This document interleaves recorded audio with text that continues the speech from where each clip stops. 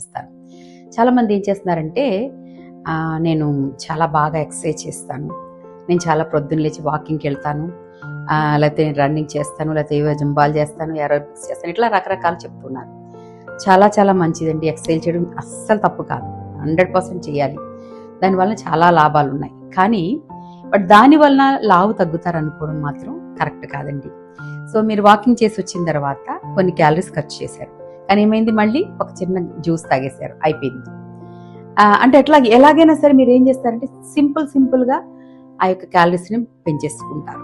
అంటే ఎంత గంట సేపు నడిచి వచ్చిందంతా 5 నిమిషాలు అయిపోయింది.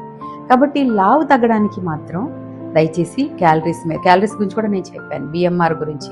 కాబట్టి ఏంటంటే క్యాలరీస్ మీరు తక్కువ ఇచ్చినా కూడా ఈరోజు బాడీ అది మెటబలైజ్ చేసుకుంటే టైం అది సెట్ చేసుకుంటుంది. కానీ మీరు చేయాల్సిందల్లా అంటే డైట్.